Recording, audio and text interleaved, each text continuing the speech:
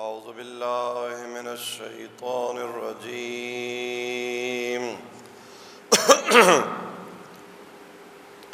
بسم الله الرحمن الرحيم الحمد لله رب العالمين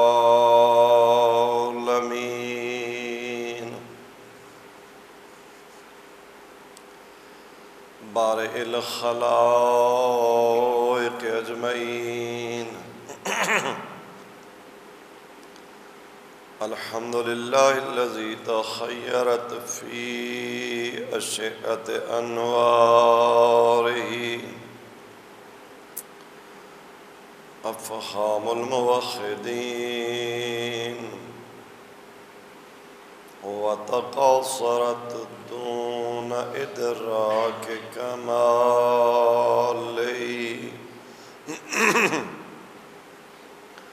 أوهام المتوهمين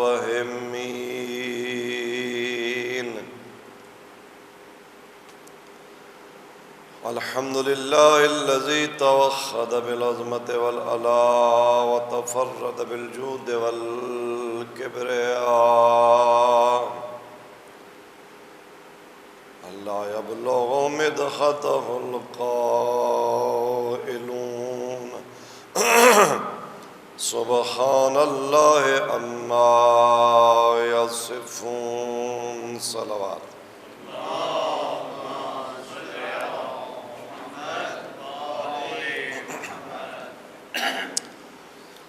ثم الصلاة والسلام على سيد الأنبياء والمرسلين أبي القاسم محمد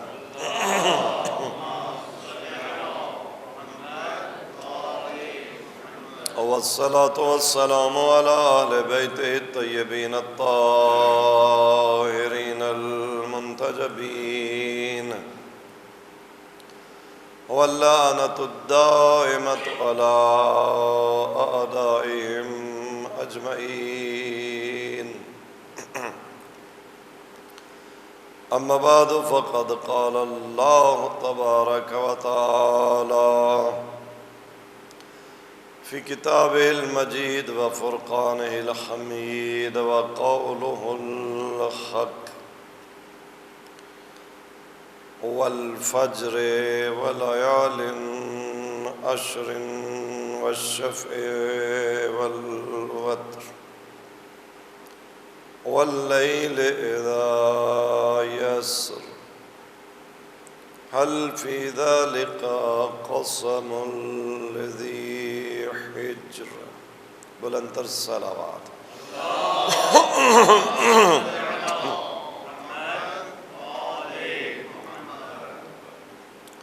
کل ہم نے سورہ مبارکہ والفجر کے ضمن میں گفتگو کی تھی آج تھوڑا سا اسی گفتگو کو آگے بڑھائیں گے اس کائنات پر خداوند تبارک تعالیٰ کے کچھ ایسے قوانین حاکم ہیں جنہیں قرآن سنت اللہ کا نام دیتا ہے اور یہ قوانین ایسے ہیں کہ قابل تغییر نہیں ہیں چنانچہ ایسے قوانین کے بارے میں ارشاد فرماتا ہے لن تجد لسنت اللہ تبدیلا بعض آیات میں ارشاد ہوتا ہے لن تجد لسنت اللہ تحویلا سنت خدا تبدیل نہیں ہوتی تو اللہ کی سنت میں کوئی تبدیلی نہیں دیکھے گا نہیں پائے گا بعض جگہوں پر ارشاد فرماتا ہے تحویل بھی نہیں ہے کہ سنت تغییر ہو کر ایک اور سنت میں تبدیل ہو جائے خداوند تبارک تعالیٰ کا ایک دائمی قانون اس کائنات میں یہ ہے کہ وہ لوگ جو طغیان گر بن جاتے ہیں ان پر اس کے عذاب کا تازیانہ برستا ہے۔ یہ سورہ چند قوموں کے واقعات بیان فرماتی ہے، سمود کا، قوم ارم، قوم عاد، فرعون، ان قوموں کے تذکرے، اور یہ سب ایک ٹائٹل کے نیچے جمع ہوتے ہیں۔ وہ ٹائٹل کیا ہے؟ الذین طغوا فی البلاد۔ مختلف اقوام، ان کا ایک جامع عنوان کیا تھا کہ انہوں نے خدا کی زمین میں طغیان کیا۔ فَأَكْثَرُوا فِيهَا الْفَسَادَ، اور زمین میں پھر فساد پھیلایا۔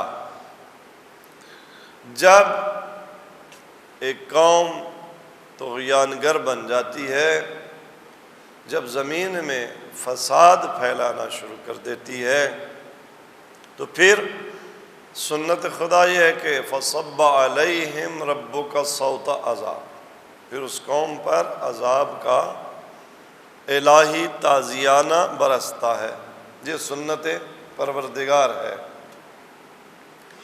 کیونکہ خداوند تبارک تعالیٰ نے قیامت تک اس کائنات کو، اس دھرتی کو چلانا ہے، اور اگر فساد مسلسل بڑھتا رہے تو یہ دھرتی نابود ہو جائے گی۔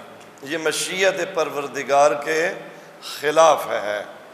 ایک عرصہ تک وہ ظالم کو مہلت دیتا ہے، دار دار امتحان ہے، لہذا ایک عرصہ تک مہلت ہے، لیکن اس کے بعد فَصَبَّ عَلَيْهِمْ رَبُّكَ صَوْتَ عذاب ہے۔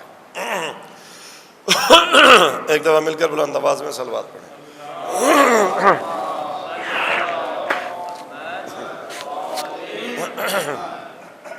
ایک مرتبہ پھر بھی باواز بلند صلوات۔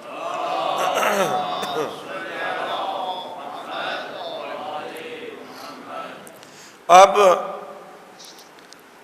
اس آیت کے ضمن میں جو بات سامنے آئی، وہ جو ایک مرکزی نقطہ، وہ طغیان ہے۔ طغیان کو اگر آپ کو یاد ہو، ہم نے اپنی ابتدائی مجالس میں جہاں نفس پر گفتگو کی تھی، نفس کی خصوصیات پر گفتگو کی تھی، وہاں ایک آیہ کریمہ کے ضمن میں عرض کیا تھا کہ انسان طغیان پر کب آتا ہے، طاغی کب بنتا ہے، طاغوت کب بنتا ہے۔ ان الانسان لیطغی ان رآہ استغنی، وہ نقطہ جہاں سے طغیان کا آغاز ہوتا ہے وہ کیا ہے؟ گناہ شناسی ایک باب ہے، ایک چیپٹر ہے کہ انسان کے گناہ کے پیچھے عوامل کون سے کار فرما ہوتے ہیں۔ تمام گناہوں کے پیچھے ایک عامل اور بھی عوامل ہو سکتے ہیں جو کار فرما ہے، وہ کیا ہے؟ ان الانسان لا یطغی ان رآہ استغنی، کہ انسان اپنے آپ کو غنی دیکھے، خدا کی بارگاہ کا فقیر نہ دیکھے۔ جب انسان اپنے آپ کو غنی دیکھتا ہے تو پھر طغیان پر اتر آتا ہے، پھر وہ میں کو لے آتا ہے، اپنے ارادے اور اختیار کو لے آتا ہے۔ اس سے پتہ چلا کہ طغیان کا سبب استغنا ہے۔ اور طغیان کیا ہے؟ طغیانی کا لفظی معنی کیا ہے؟ جب ایک ظرف، ایک نہر ایک دریا اس کی جو ظرفیت ہے اس سے باہر آ جائے، اپنے کناروں سے چلک پڑے، تو ہم اسے کیا کہتے ہیں؟ طغیان۔ طغیان پس کیا ہے؟ طغیان یہ ہے کہ میرا جو وجود ہے، میری جو کائنات ہے، میرا جو ارادہ اور سلطنت ہے، میں اس سے باہر آ جاؤں، یہ طغیان ہوگا۔ اب سوشل لائف میں، اجتماعی زندگی میں طغیان کیا ہے؟ کہ انسان اس کا جو بھی حاکمیت کا دائرہ ہے، جو بھی اس کے ارادے اور اختیار کا دائرہ ہے، اس سے باہر آ جائے، اس سے آگے اپنی سلطنت کی حدود کو بڑھا دے، اسے کہتے ہیں طغیان۔ جہاں میرا ارادہ حاکم نہیں ہونا چاہیے، میں کہوں وہاں بھی میرا ارادہ چلے، یہ ہے طغیان۔ طغیان کو مختلف نام دیے جا سکتے ہیں۔ جب طغیان آتا ہے تو اس کا لازمہ استبداد ہے، اس کا لازمہ ظلم ہے۔ جب میں اپنے حدود و اختیارات سے تجاوز کروں گا تو اس کا مطلب یہ ہے کہ کسی دوسرے کے اختیارات اور حدود پر ڈاکہ ڈال رہا ہوں، ان پر قبضہ کر رہا ہوں۔ اسی قبضے کا نام کیا ہو جائے گا؟ استبداد، ظلم۔ بنابراین قوموں کی زندگی میں، انسان کی زندگی میں خداوند تبارک و تعالیٰ نے ہر انسان کو ارادہ اور اختیار دیا ہے، اور اس ارادے اور اختیار کو استعمال کرنے کے لیے ایک مملکت اور ایک سلطنت دی ہے۔ ایک دفعہ مل کر بلند آواز میں صلوات پڑھیں۔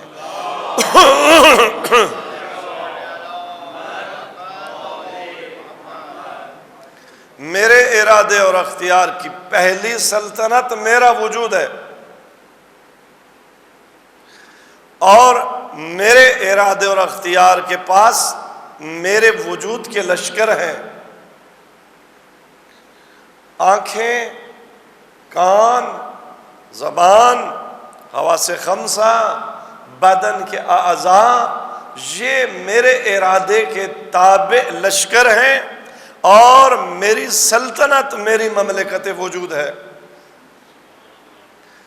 جب میں اپنی سلطنت سے آگے بڑھوں گا، طغیان یہ ہوگا کہ میں چاہوں کہ میرا ارادہ آپ پر بھی حاکم ہو جائے، میرا ارادہ آپ پر بھی حاکم ہو، میرا ارادہ آپ پر بھی حاکم ہو، میرا ارادہ اس سارے اجتماع پر حاکم ہو جائے۔ جب میں یہ چاہوں گا کہ آپ اٹھیں میرے ارادے کے تحت، بیٹھیں میرے ارادے کے تحت، کوئی دین، کوئی آئیڈیالوجی، کوئی نظریہ اپنائیں میرے ارادے کے تحت، آپ کی حرکت ہو میرے ارادے کے تحت، آپ کا سکون ہو میرے ارادے کے تحت، تو اس کا مطلب یہ ہے کہ میں طغیان میں آ گیا، اپنی حدود سے بڑھنے لگا، اور طغیان کے بعد میں طاغوت بن گیا، اور طاغوت کا لازمہ استبداد ہو گیا۔ تو جو فرما رہے ہیں ایک دفعہ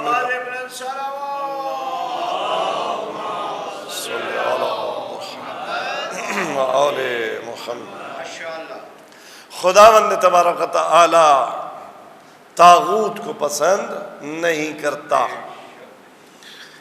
طاغوت کا مقابلہ اس لیے کہ خدا کی یہ مشیت کے خلاف ہے۔ خداوند تبارک و تعالی یہی چاہتا ہے کہ ہر انسان صاحب اختیار ہو۔ اچھا، اب یہاں پر ایک مشکل نقطہ یہ ہے کہ جب ہر انسان صاحب اختیار ہو، ہر انسان کی اپنی سلطنت ہو، تو سماج قائم نہیں ہو سکتا۔ ہر بندہ اپنی ڈگر پر چل رہا ہو، گھر کے اگر 3 افراد ہیں، ہر بندہ کہ بس میں تو اپنے ہی مزاج کے مطابق چلوں گا، اس گھر کا نظام نہیں چل سکتا۔ اب کیا ہوگا؟ اب یہ ہوگا کہ سماجی زندگی گزارنے کے لیے انسان خود اپنے سامنے بیریئر لگائے کہ یہاں تک تو میں اپنی مرضی سے، اس سے آگے میری مرضی نہیں، سماج کی مرضی، collective wisdom, collective decision, social decision, social contracts, انسان کی سماجی زندگی کا دار و مدار اس کے اختیار سے اپنائی ہوئی اجتماعی قراردادیں ہیں، سوشل کنٹریکٹس ہیں۔ جب انسان اپنے اختیار سے ایک قرارداد لکھتا ہے یا عملاً کوئی قرارداد قبول کرتا ہے تو یہ بھی اس کے ارادے کے مطابق، لہٰذا یہاں جبر نہیں ہے، یہاں اجبار نہیں ہے۔ اب دیکھنا یہ ہے کہ سماج جو بھی قرارداد کرے گا ظاہر ہے اپنے مائنڈ سیٹ کے مطابق کرے گا، اپنے ورلڈ ویو کے مطابق کرے گا، اپنی آئیڈیالوجی کے مطابق کرے گا، اپنے دین کے مطابق کرے گا، اپنے مذہب کے مطابق کرے گا، اپنے مسلک کے مطابق کرے گا۔ جو بھی اس کا ورلڈ ویو ہوگا، جو بھی اس کا دین ہوگا، جو بھی اس کے عقائد ہوں گے، ان کے مطابق وہ دوسروں کے ساتھ قرارداد کرے گا۔ عالم اسلام میں مسلمان نظریہ توحید کی بنیاد پر، نبوت کی بنیاد پر، رسالت کی بنیاد پر، شریعت کی بنیاد پر سوشل کنٹریکٹ کرتے ہیں، اجتماعی قرارداد کرتے ہیں سماج کا نظام چلانے کے لیے۔ ایک دفعہ فردی عبادات وہ اپنی جگہ، میری نماز شب میرے ساتھ مربوط، میں صبح کی نماز پڑھوں یا قضا کر دوں میرے ساتھ مربوط، میں ظہرین پڑھوں یا عصیان کروں میرے ساتھ مربوط، میرے شخصی واجبات میرے ساتھ مربوط۔ لیکن سماج کے معاملات وہ اس میں انسان کی ذاتی مرضی نہیں چلتی۔ اب کوئی بھی سماج بغیر حاکمیت کے نہیں رہ سکتا، بغیر حکمرانی کے نہیں رہ سکتا۔ مسلم سماج اور غیر مسلم سماج کا فرق یہ ہے کہ مسلمان اپنے ارادے اور اختیار کے ساتھ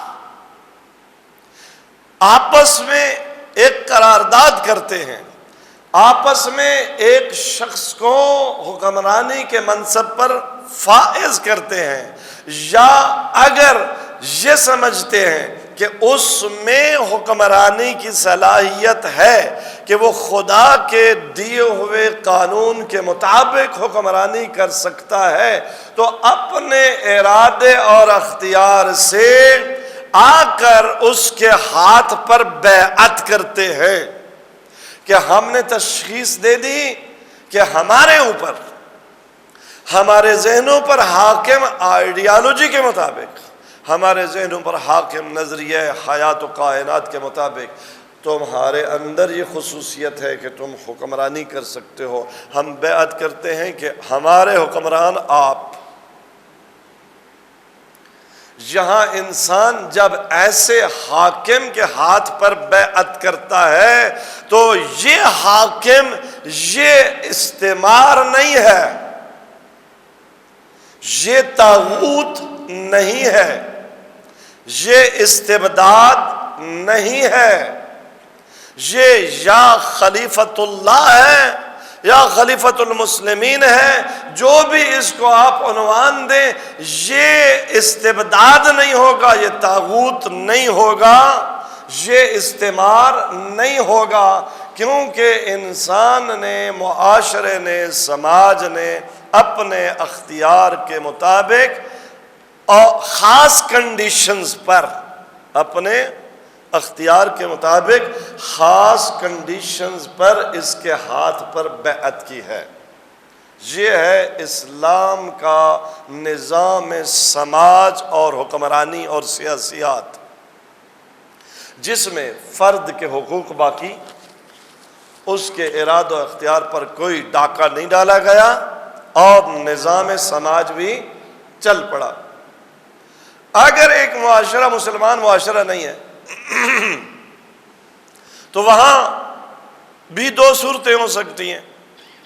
اس معاشرے کی جو بھی ورلڈ ویو ہے، نظریہ کائنات ہے، مادہ ہے، الحاد ہے، سوشلزم ہے، کمیونزم ہے، لبرلزم ہے، بالآخر انسانوں کے آزاد سماج کو سماج بنانے سے پہلے ایک ورلڈ ویو اپنانا ہوگا، وگرنہ جنگل ہوگا، انسانی سماج نہیں ہوگا۔ آپ اس وقت دنیا میں جہاں بھی استبدادی حکومتوں کو چھوڑ دیں، بادشاہت کو چھوڑ دیں، ڈکٹیٹرشپ کو چھوڑ دیں، اس کے بعد جہاں بھی کوئی حکومت قائم ہوئی ہے وہ کسی تصور کائنات کی بنیاد پر ان انسانوں نے، اس سماج کے لوگوں نے بیٹھ کر ویلیوز طے کیے ہیں، حکمرانی کے قانون طے کیے ہیں، ان قوانین کے مطابق جو بھی میکانزم ہے، وہ ووٹنگ کا ہو، وہ پارلیمنٹ کا ہو، وہ اسمبلیوں کا ہو، وہ جمہوریت ہو، وہ ڈیموکریسی ہو، جو بھی ہو، اس کے تحت کیا ہوتا ہے، یہ سماج ایک شخص کو یہ حق دیتا ہے کہ ان طے شدہ کنڈیشنز کے مطابق تو اس سماج کا نظام سنبھال سکتا ہے۔ جہاں بھی انسان کا ارادہ باقی ہے، حاکم ہے، انڈیویجول کے ارادے پر شب خون نہیں مارا گیا، اس کی آزادی باقی ہے۔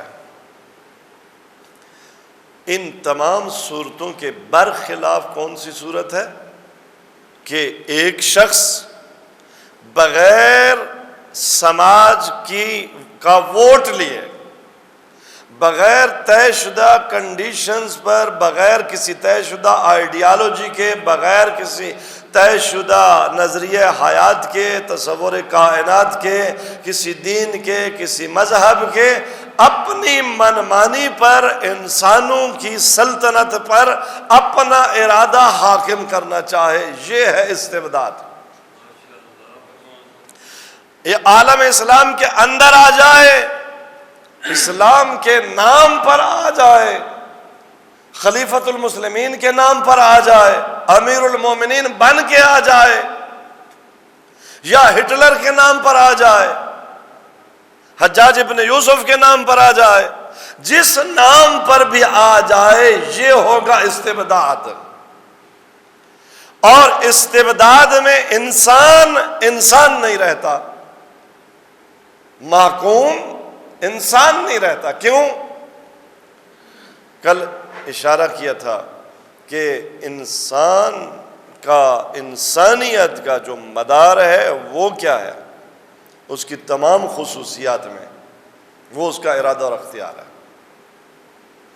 کیونکہ اگر انسان سے ارادہ اور اختیار لے لیا جائے، اب اگر ہو بھی، زندہ بھی ہو، خود آگاہ بھی ہو، کائنات کا سب سے بڑا فلسفی بھی کیوں نہ ہو، سارے راز زمین و آسمان کے جانتا ہو، لیکن اپنے ارادہ اختیار سے پانی کا ایک گلاس بھی اٹھا کے نہ پی سکتا ہو، تو یہ کیسا انسان ہے؟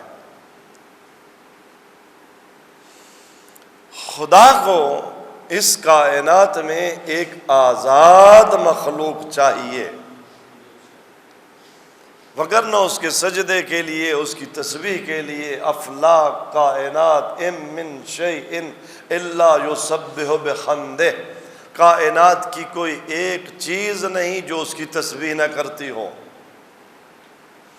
ملائک سے لے کر جمیع خلائق سب اس کی تسبیح کرتے تھے، لیکن خدا نے کیا چاہا کہ ایک ایسی مخلوق ہو جو مجبور ہو کر میری تسبیح نہ کرے،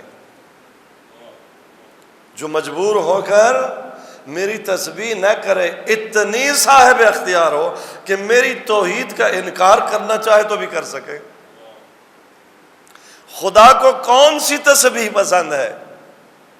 آسمانوں کی، زمینوں کی، پہاڑوں کی، سمندروں کی، فرشتوں کی، سب تسبیح تو کرتے ہیں، لیکن خدا کو اپنی کس خدائی پہ ناز ہے؟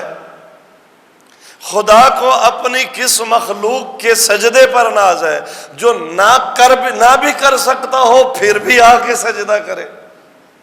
یہ سجدہ کب بچتا ہے؟ جب انسان کا ارادہ اور اختیار بچے۔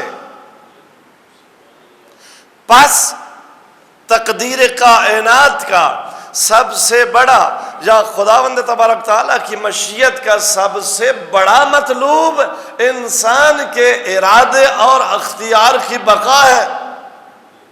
جہاں جہاں جبر ہے، جہاں جہاں استبداد ہے، جو چیز بھی انسان سے ارادہ اور اختیار لے لے وہ استبداد ہے۔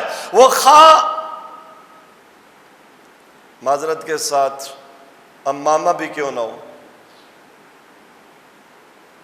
استبداد کی قسمیں ہیں۔ جبر نے مختلف رنگ اور روپ اپنائے ہیں۔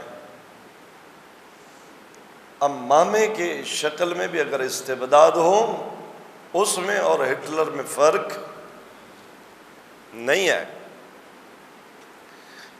دیکھیں بعض اوقات دین کے نام پر اسلامی معاشرے میں ہوتا کیا ہے؟ دین کے نام پر استبداد، پیراہن رسول پہن کر استبداد، مسند رسول پر بیٹھ کر استبداد، خلیفۃ الرسول بن کر استبداد۔ خدا کو کہیں بھی کسی صورت میں استبداد قبول نہیں ہے۔ میں اس لیے حکمرانی کروں کہ میرے سر پر امامہ ہے، آپ کے سر پر نہیں ہے، اور معیار یہ بن جائے کہ علامہ کا امامہ بڑا ہے، ان کی ریش مبارک زیادہ بڑی ہے، ان کے محاسن چونکہ ذرا بڑے خوبصورت سے ہیں، بڑے جلال والا شیخ یا سید ہے۔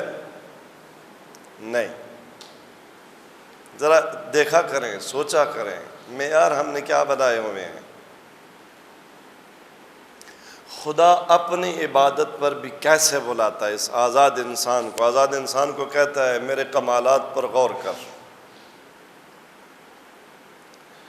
ارادہ کہیں جھکتا نہیں، ارادے کی ایک خصوصیت ہے، انسانی ارادے کی، انسانی عزم کی ایک خصوصیت ہے، یہ حر ہے، یہ سر اٹھا کے چلتا ہے، اس کے اندر حریت ہے، یہ کسی کے سامنے سرنڈر نہیں کرتا۔ کہاں کرتا ہے؟ ایک مقام پر سرنڈر کرتا ہے، وہاں رکوع میں بھی چلا جاتا ہے، وہاں سجدے میں بھی چلا جاتا ہے۔ وہ جگہ، وہ چیز کیا ہے جسے ارادہ جھکتا ہے؟ اس چیز کا نام ہے کمال۔ کمال کا جہاں اسے ادراک ہو جائے، جہاں جمال کا اسے ادراک ہو جائے، وہاں یہ جھک جاتا ہے۔ پس کتنے میٹر کا امامہ ہے اس کے سامنے نہیں جھکنا، القاب کیا کیا ہے اس کے سامنے، آپ کتنے لوگ آگے بھاگ رہے ہیں، کتنے پیچھے بھاگ رہے ہیں، گاڑی کیسی ہے، ہاں ڈبل کیبن پہ سوار ہو کے آیا ہے یا ٹیکسی کر کے آیا ہے، نہیں، کمال معیار ہے۔ جہاں کمال نظر آئے گا وہاں جھکنا ہے، چونکہ خالق کمال مطلق ہے، لہذا خالق کی بندگی غلاموں والی بندگی نہیں ہے۔ توجہ فرمائی معصوم امیر المومنین کے اس فرمان پر جس میں ارشاد فرمایا، بلندتر صلوات،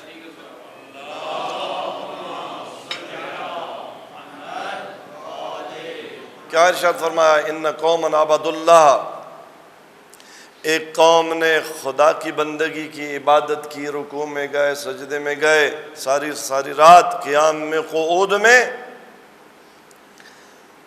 کس کے لیے؟ رغبتاً الی جنتک۔ اب دقیقاً یہی الفاظ ہیں حدیث کے یا نہیں، مفہوم یہی ہے، جنت کے ثواب کے لالچ میں۔ تلک عبادت التجار، یہ تاجروں والی عبادت ہے۔ اس میں اور اس پل پہ جو ریڑھی لگا کے کھڑا ہے نا، اس میں فرق نہیں ہے۔ اس میں اور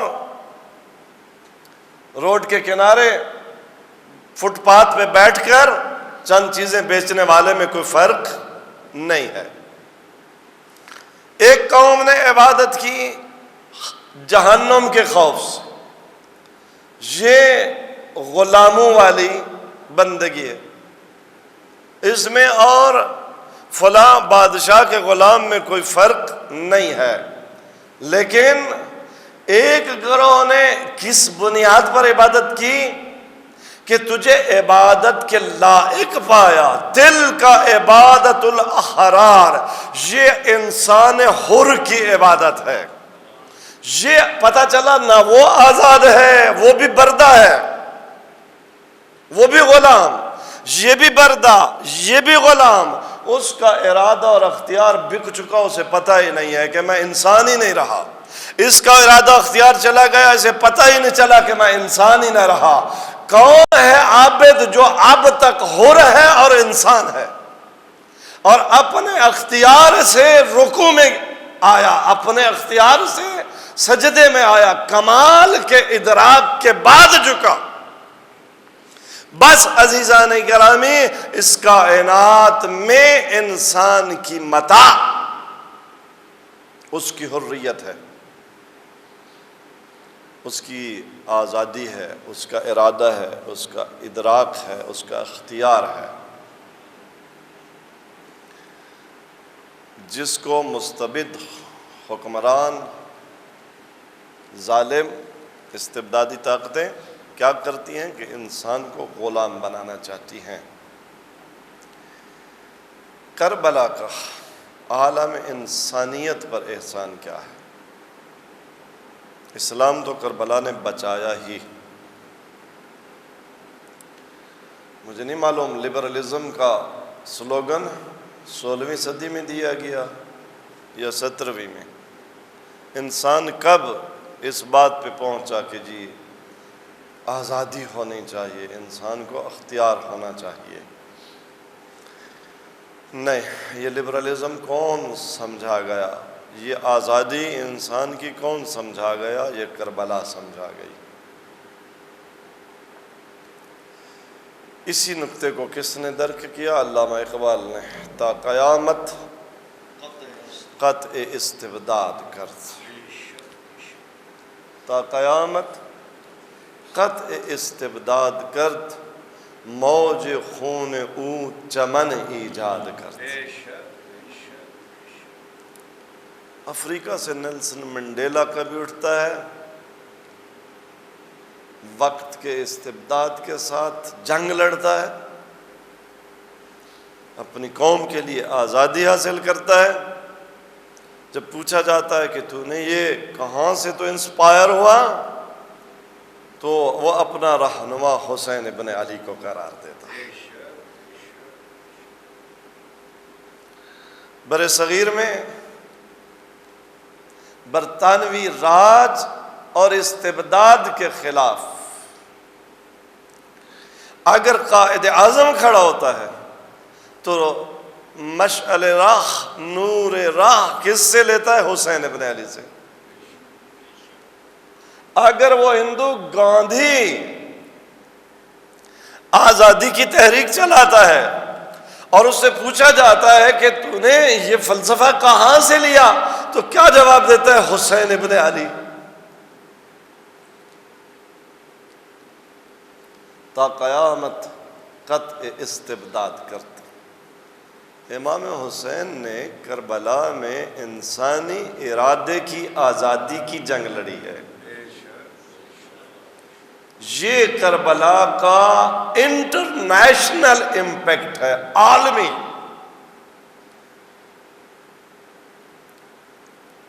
اس پہ دنیا کی بڑی بڑی یونیورسٹیز کے فلسفیکل ڈپارٹمنٹ میں پی ایچ ڈیز ہونی چاہیے۔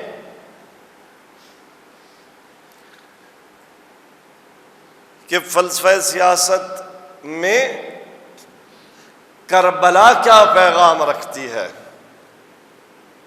کربلا کیا سبق سکھاتی ہے۔ یہ وہ کریڈٹ ہے جو یا حسین اور حسین کے ساتھیوں کو جاتا ہے، یا شریکت الحسین اور شریکت الحسین کے ساتھ اسیروں کے قافلے کو جاتا ہے۔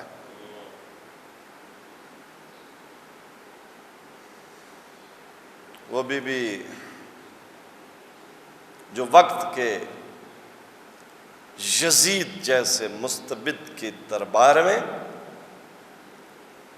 علی کے الفاظ میں کیا کہہ رہی تھی، کیا فرما رہی تھی؟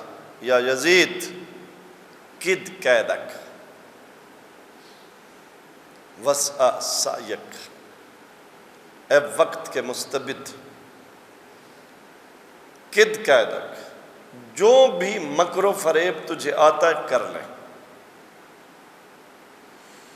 وسع سعیک، جو بھی کوشش کر سکتا ہے کر لے، واللہ،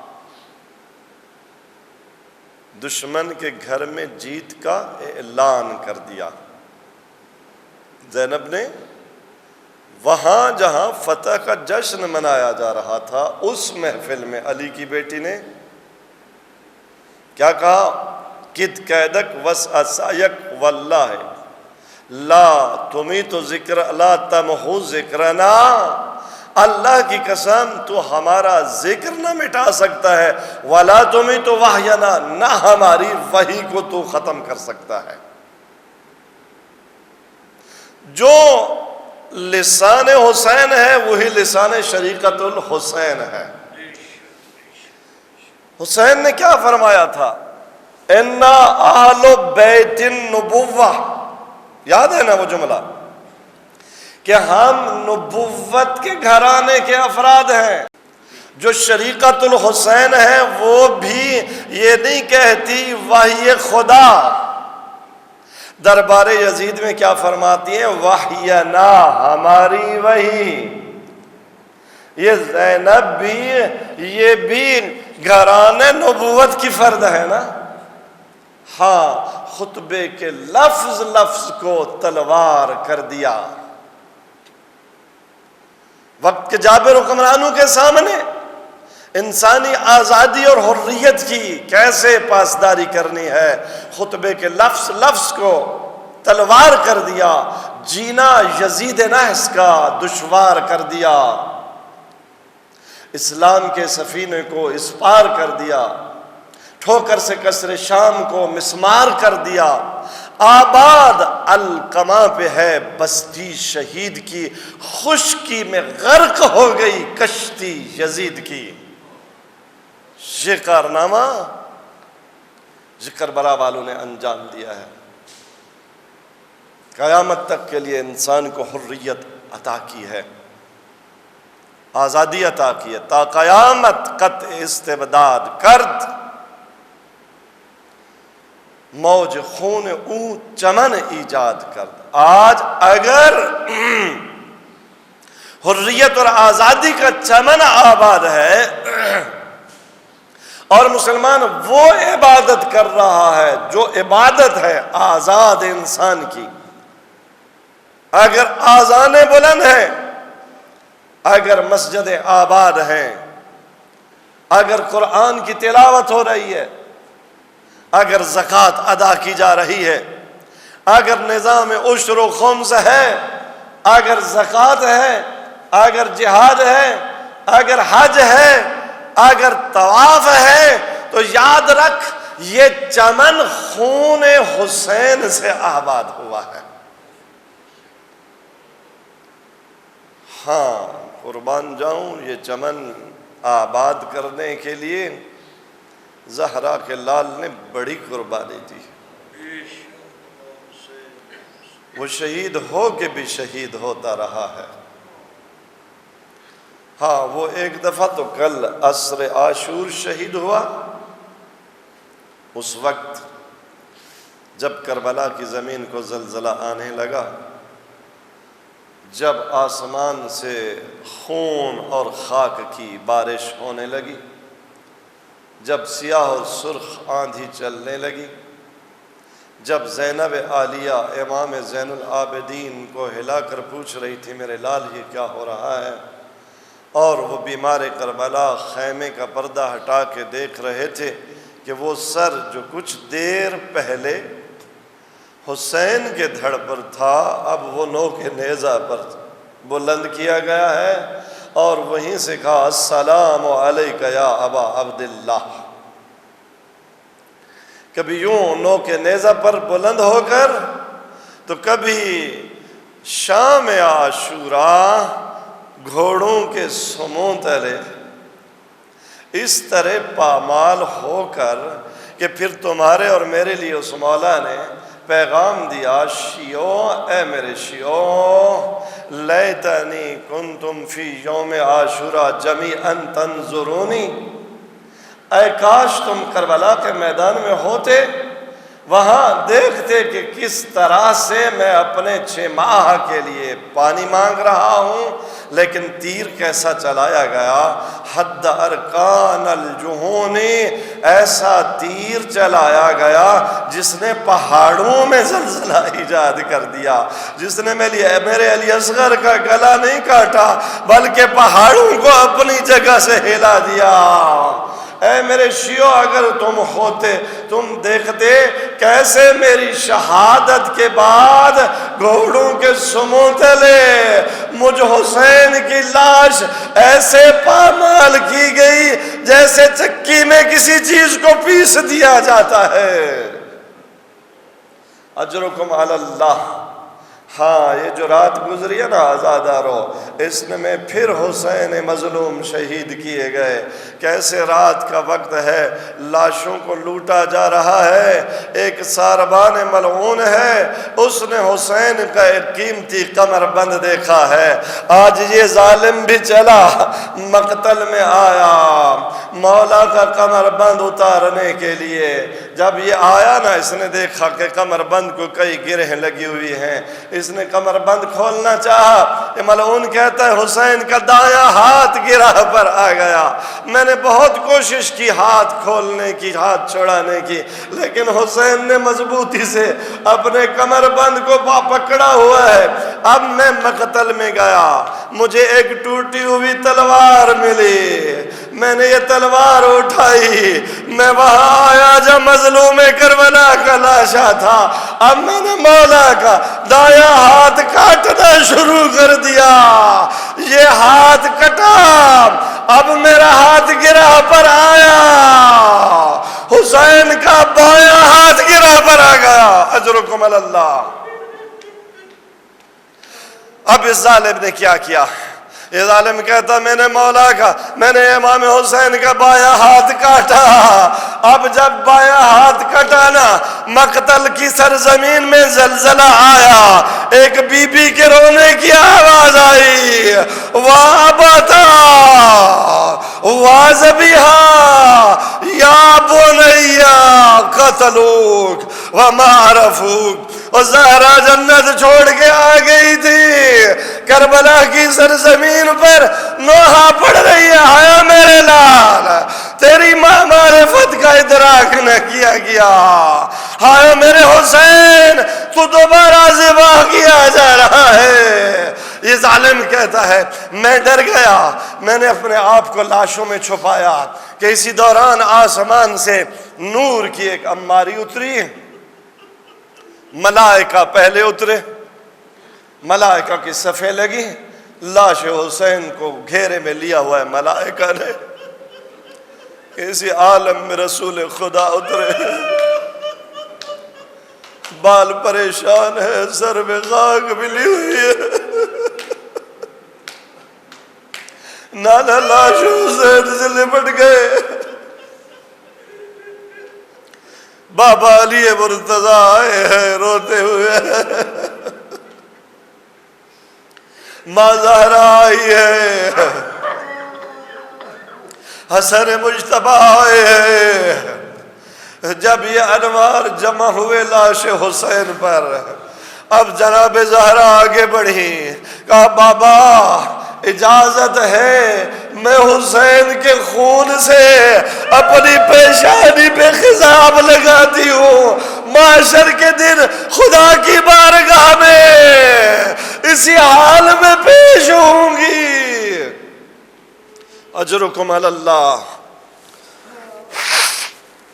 ظالم کہتے ہیں اس بی بی کو رسول اللہ نے اجازت دی، حسین کے خون کا خضاب لگایا زہرا نے. اب کیا ہوا؟ اب جناب رسول خدا آگے بڑھے، علی مرتضیٰ آگے بڑھے، حسن مجتبیٰ آگے بڑھے. حسین کا خون لے کر اپنے نار کے مقام پر لگا رہے ہیں، اپنے سینے پہ لگا رہے ہیں، اپنی کونیوں سے لے کر ہاتھوں تک لگا رہے ہیں. بارے الہ قیامت کے دن تیری بارگاہ میں اپنے سینے پر حسین کا خون لگا کر اللہ کا رسول حاضر ہوگا. بارے الہ میرے نواسے کو کس جرم میں شہید کیا گیا؟ اجرکم علی اللہ. آج 11 محرم صرف ایک جملہ آج کے مصائب کا. آج عصر تک یہ ملعون اپنے کشتوں کو دفن کرتے رہے، ان پہ نمازیں پڑھتے رہے. رسول کے بیٹوں کی لاشیں، پاکیزہ لاشیں خاک کربلا پر، جن کا کفن مولا امام سجاد کے الفاظ میں کربلا کی ریت ہے، جن کا غسل خود ان کا خون ہے. جب یہ فارغ ہوئے نا، اس ظالم نے حکم دیا کہ بیمار کربلا امام سجاد کے گلے میں توق اور بیڑیاں ڈال دی جائے، مخدرات عصمت و طہارت کے ہاتھ پشت گردن باندھ دیے جائے. اب شمر ملعون اور زجر ابن قیس جیسے لوگوں کو بھیجا گیا، بے پلان سواریاں دے کر جاؤ، علی و بطول کی اولاد کو قیدی بنا کے ان محملوں پر سوار کرو. جب یہ ملعون آئے، علی کی بیٹی آگے بڑھی، فرمایا یہ مخدرات عصمت و طہارت ہیں، ان کو ہم خود سوار کرائیں گے. تمام بیبیوں کو سوار کیا. جناب زینب ام کلثوم نے بیمار کربلا کو سوار کیا. اب رہ گئیں 2 بہنیں، انہیں سوار کرانے والا کوئی محرم نہیں ہے. دائیں دیکھا بائیں دیکھا. جب مدینہ سے سوار ہو رہی تھی نا یہ علی کی بیٹی، راوی دیکھ رہا تھا، کہتا ہے کہ میں نے دیکھا بنی ہاشم کے 18 نوجوان ایک بی بی کو سوار کروا رہے ہیں محمل پر.